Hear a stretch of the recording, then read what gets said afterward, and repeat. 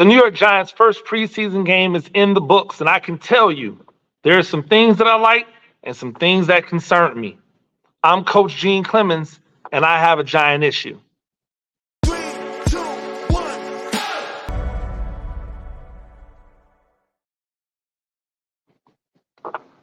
Ladies and gentlemen, welcome back to A Giant Issue. I am Coach Gene Clemons. Thank you for joining me wherever you are joining me.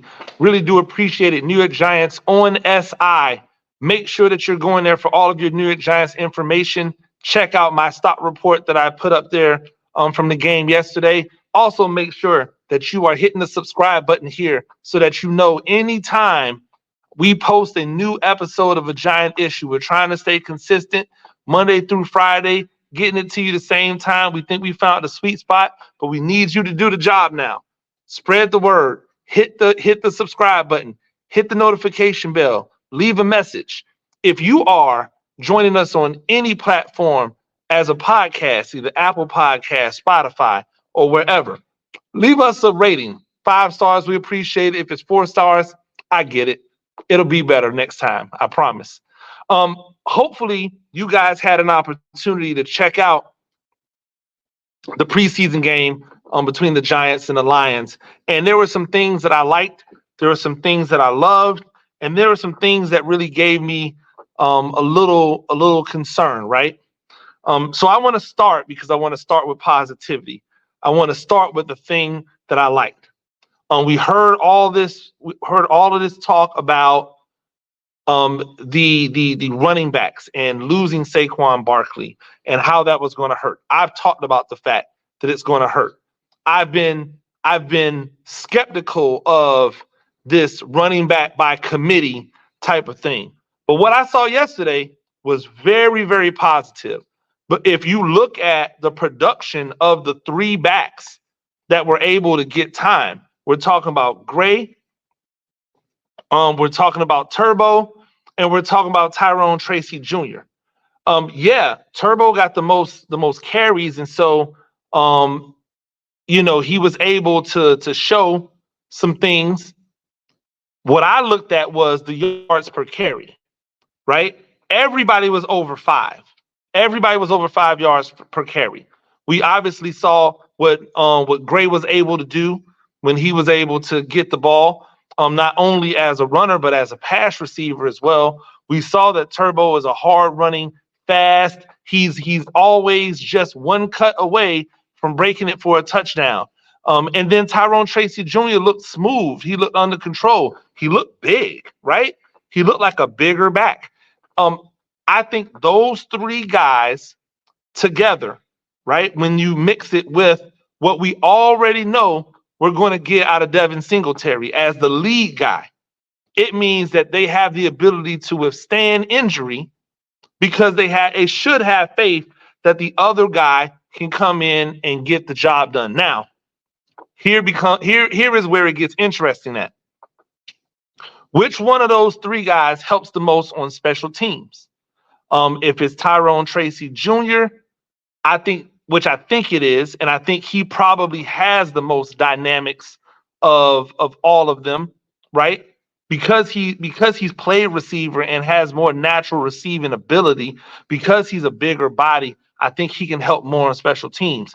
Special teams is going to decide which of these 3 dudes end up either on the active roster or on the practice squad.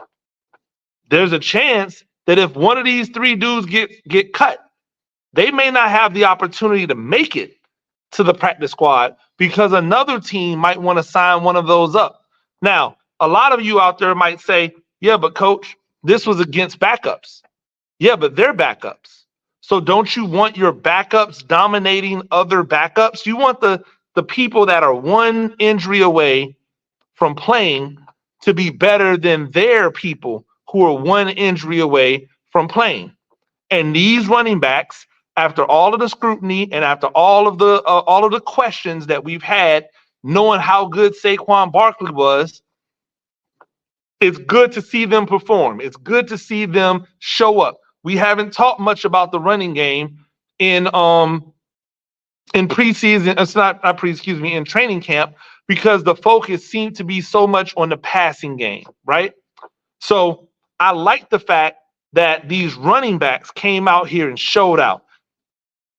What Gray was able to do, especially on the long touchdown run. I don't know if people even recognize how cute it was, because he was coming through the line. He stepped his foot in to make the linebacker just have to respect him about the cutback, and then he took off. That was just enough time to let a lineman get a hand on that linebacker so he couldn't get him. Then he completely made a dude whiff, right? On the cut back in. He put his foot in the ground, jolted back to his left, right? And then turned on enough speed to outrun two defenders that had angles at him. That's impressive, right? That's impressive. That's the type of subtle, nuanced stuff that you would expect out of a back that has the level, has the ability to take it to the house. Turbo just seemed like a guy who could, and we're talking about Miller, obviously. I want to make sure that you guys know who I'm talking about. But it's not necessarily pretty with him. It's just when he decides he's going to go downhill, it's full speed, like with reckless abandon. It reminds me a lot of Isaiah Pacheco in Kansas City, the way in which he just has that one cut and then hits it and uses the speed almost as a physical weapon, because now he's gotten up to full speed and you got to try to come and tackle him, right? So I think that that's something that I look at and go, wow, that's a weapon. And then with Tyrone Tracy Jr., he just seemed so smooth and so fluid. It didn't seem as if he was running scared. It didn't seem as if he was running apprehensive. It didn't seem like he was running without a purpose. He seemed to know. And maybe that's why he got the start, right? Maybe that's why he got the start, because of all three of the backs, he was probably the one who showed the most poise, the most fluidity. And so he got the first knock. So that means that the number 2 guy in Gray, and the number 3 guy on that preseason day in Turbo were facing even lesser competition, right? Competition that wasn't even remotely on the same level as they were. That's going to make a difference. But you still got to like the way Tyrone Tracy Jr. ran the ball. And again, 5+ yards a carry for all the backs. That'll do. Not 5+ yards a carry altogether, meaning Tracy Jr. averaged 5+, right? Gray averaged like well more than 5+, and Turbo Miller averaged 5+. That is phenomenal production out of your running backs. More positives, right? More positives. How would they be able to do that if it wasn't for the offensive line? Right? And I just can't help but feel so bad, because for as much as we like to talk about Daniel Jones not having an offensive line, Saquon Barkley had to run behind that offensive line. And that was an offensive line of pure backups. There were no starters in there. Now, Aaron Stinney, depending upon, what happens with John Michael Schmitz and Evan Neal, could find himself as the starting right guard, right? Van Roten is in there at center. He can be the starting right guard. Like, that's a possibility. But at the end of the day, the fact that they all look uniform, they all look like they had the same purpose, they all played physical, I think that is a testament to what we thought we would get with the new offensive line coach, Carmen Bracillo. And we're seeing that he's putting his thumbprints on these guys right now. They know where they're going. They have a purpose. They look like they're in sync. We have to praise the connectivity of the group. We have to praise the cohesion of the group, right? Because if they had not done well, if they had struggled, then we would have came in and criticized, hey, this offensive line looks just as bad. But the fact that none of the starters played and all of these backups comported themselves well, the only sack that I saw Um, there was 2 sacks given up. I think both of those sacks were on the quarterback, like holding the ball. Tommy DeVito, I think one was holding the ball very long. The other one was Drew Lock, where he had all the time, but instead of stepping up in the pocket, he tried to like run to his right. And Azudu had run the guy all the way around him. And if he had stepped up, he had had so much more time. But because he ran to the right, he ran him essentially right to where Azudu was pushing him to. And the guy was able to get down. Now, I will tell you, I thought Jake Cubis, I thought he played extremely well. A guy who should show poise. He was in college for 6 years, so I expected him to show poise. I did like the way he and Azudu were able to blow people off the ball in the run game. We know as a run blocker, Azudu is a good run blocker. He's trying to get better as a pass blocker out at tackle. Remember, they drafted him with the idea to play guard, and then because of injuries last year, started pulling him back to tackle. I still don't think tackle is the best position for him. However, I have seen growth. I have seen like better, right? And so those are things that you get excited about. Aaron Stinney looking like a professional, just plugging in, doing what he was supposed to do under there. You know, Schlottman at center, I thought he played well. So it was high marks for me for the offensive line. Do I know how that offensive line would have held up against the ones? No. But again, they were able to dominate the twos and their twos, and that's what we should want out of our twos, right? That's what we should all hope for. As a coach, I want my twos to dominate the other twos. I want my ones to dominate the ones, because if they dominate the ones, they're going to dominate everybody else. I want my twos to dominate the twos, because if they dominate the twos, then they have a chance to be, formidable against the ones. And if I have to plug one in, right, not wholesale, if I have to plug one in, probably not a bad situation, right? More high marks to come. I thought that at the tight end Jackson played well. If y'all don't know the history, Jackson used to be a quarterback at the University of Buffalo. And it's funny because he was a quarterback at the University of Buffalo who had the exact same profile as Josh Allen. Big, athletic, super strong arm, except when he got to the league, never got a chance at quarterback. I wonder why. He was way better at quarterback in college than Josh Allen was, and he played at Buffalo, and Josh Allen, played at Wyoming. So it's not like, he was playing much better. I mean, with much better talent than what Josh Allen was playing with it. But he was playing much better competition, and so it's interesting that Josh Allen got the chance to develop as a quarterback, but he didn't. But I thought as a 6'7", 250-pound tight end who has an ability to run fast and has a ridiculous catch radius, I thought he did a fantastic job. I wrote about it in my piece. 2 catches. There was one time, right, where I think they were running either a power play or some type of gap scheme play.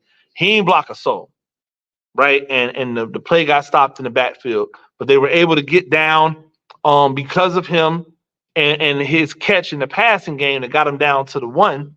And then that next play, he was on the left side and he came up in full speed, exploded into a linebacker that allowed them to get just a little bit more room over there. The running back was able to get in.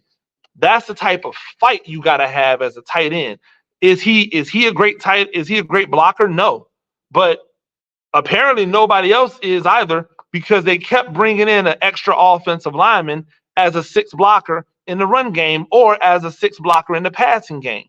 So, like, if they're not going to prioritize a tight end as a blocker, then he has to be considered a factor as a pass receiver because his measurables are ridiculous. Will he make the actual 53? I don't know.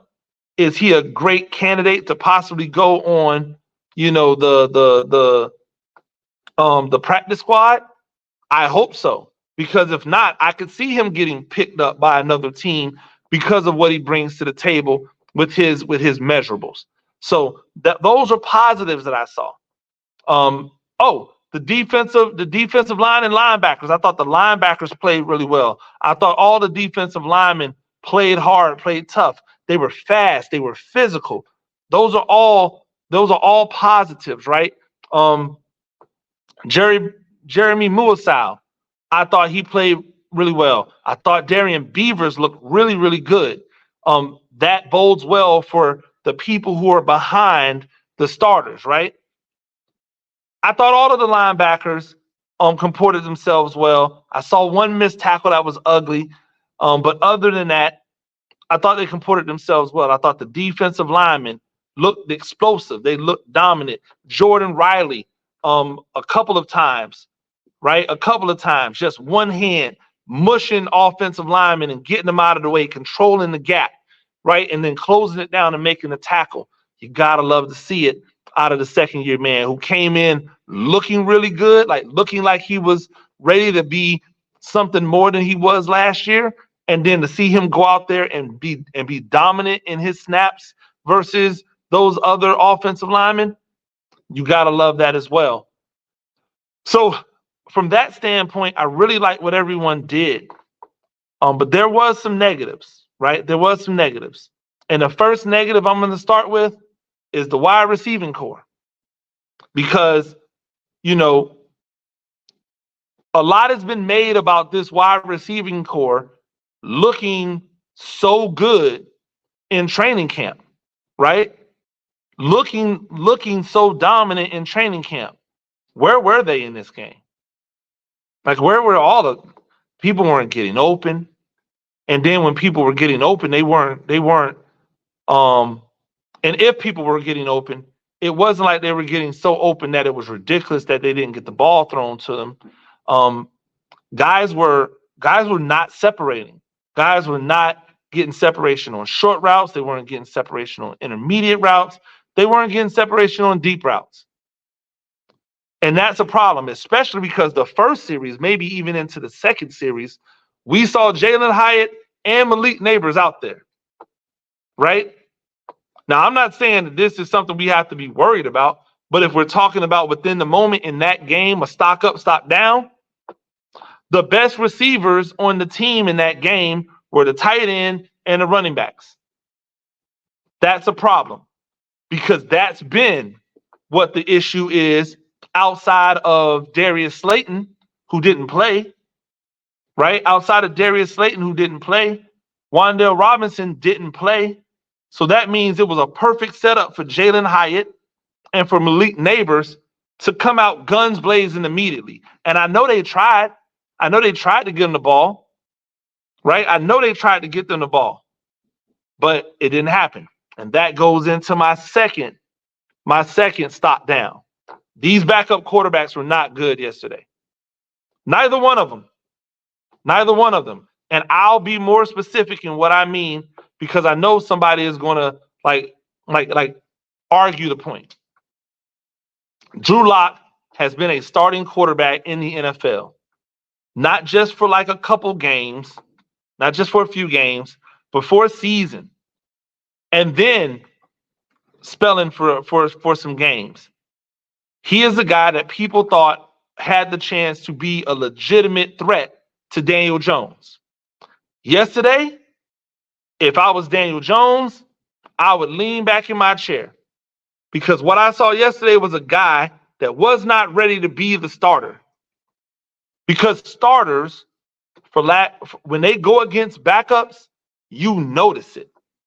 When you got a starting caliber guy out there going up against backups, you notice it. The defensive backfield for the Giants played lights out. Why? Because they were going up against backups.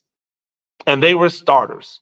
Most of them were, right? And in the case of a guy like Darnay Holmes, he started.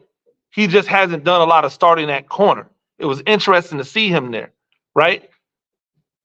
So we saw the dynamic from this this guy who's been a starter, this guy who aspires to be a starter again in Drew Lock, go out there and look inept. He looked like he couldn't read defenses. Again, looked like I'm going to dig into the all 22, but he looked like he couldn't read defenses. He looked like he didn't want to pull the trigger, which was surprising for a guy who's been known as a gunslinger.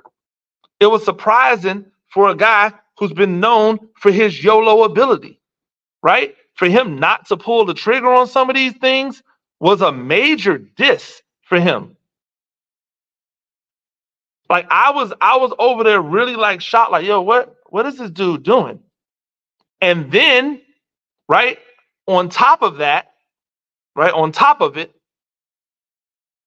his management of the pocket, again, giving up a sack that should have never been a sack. He should have either stepped up in the pocket to give himself more time, took off and ran, like full speed took off and ran, or threw the ball away. Instead, he's back there, and then he just starts vacating the pocket to the right. It's a full clean pocket. Last year, quarterbacks were getting pressure right up the middle, which flushed them to the sacks on the south side. This year, no pressure up the middle, and you're still running and flushing to the left and the right? Makes no sense. It was a bad day for him. And not for what it's worth, it was a bad day for Tommy DeVito.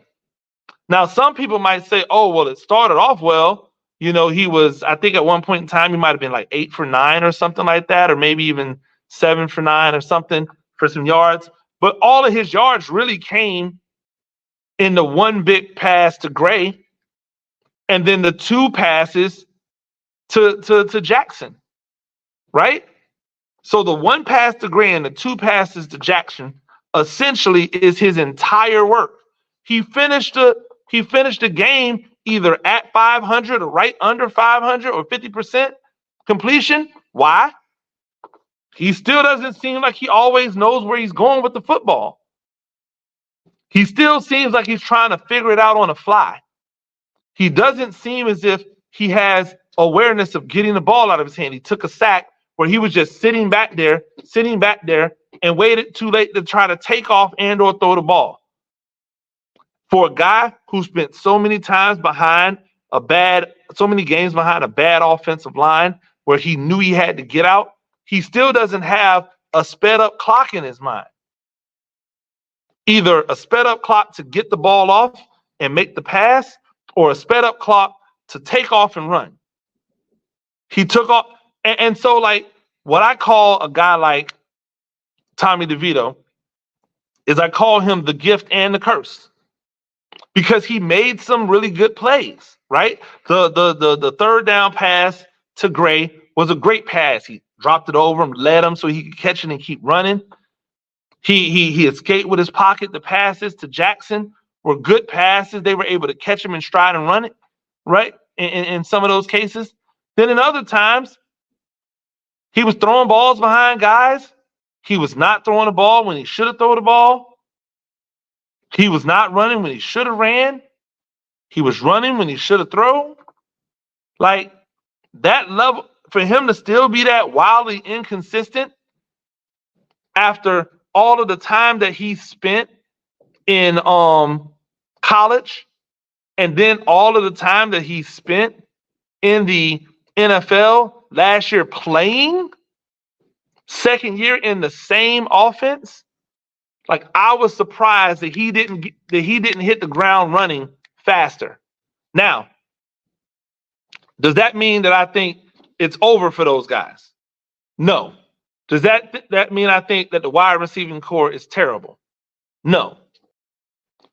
What it does mean is that we should probably pump the brakes on, like, the Drew Lock has a chance to win this starting job. Like, he did not look like a guy ready to win a starting job. We probably should pump the brakes on, oh my gosh, we have to keep Tommy DeVito. Why?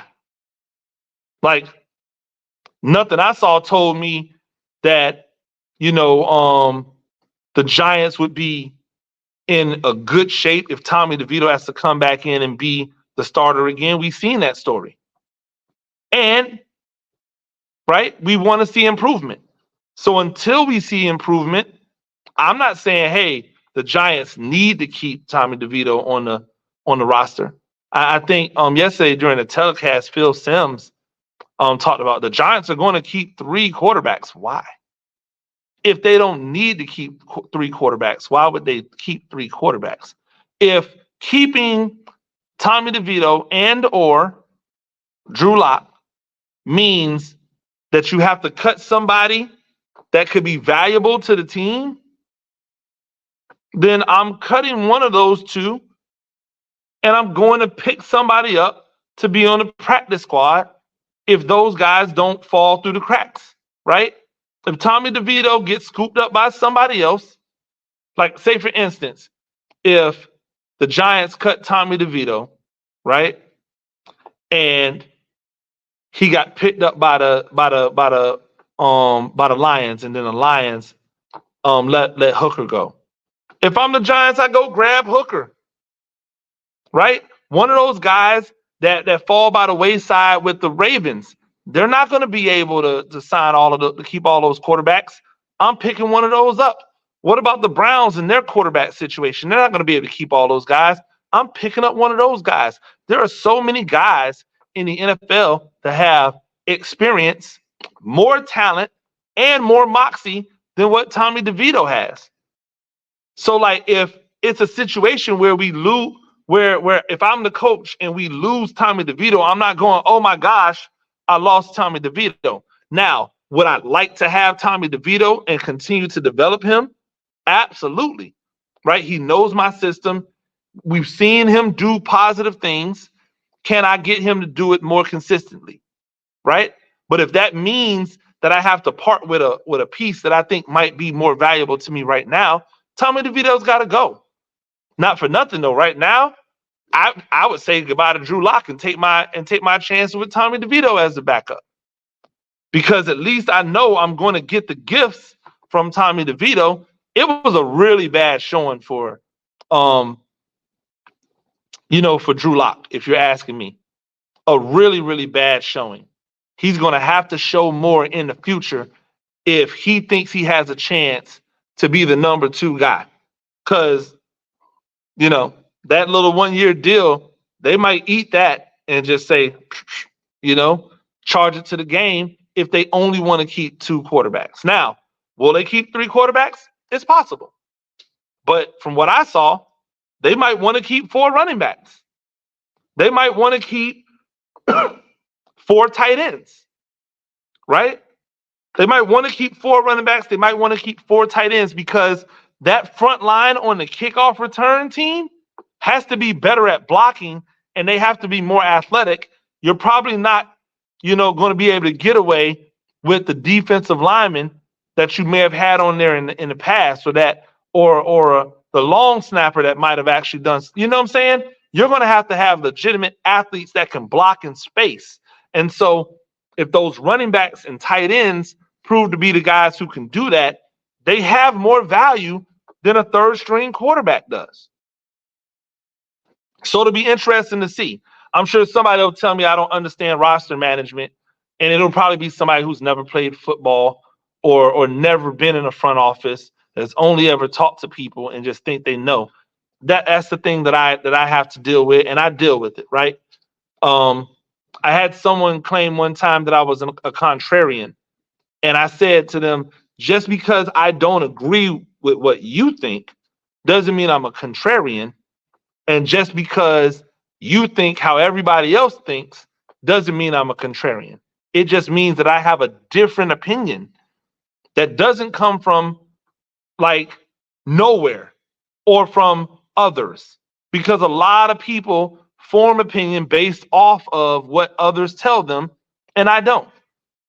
So I love to be able to give you guys a different perspective from somebody who coaches, from someone who's played, from someone who's covered the game, and for someone who's been a fan.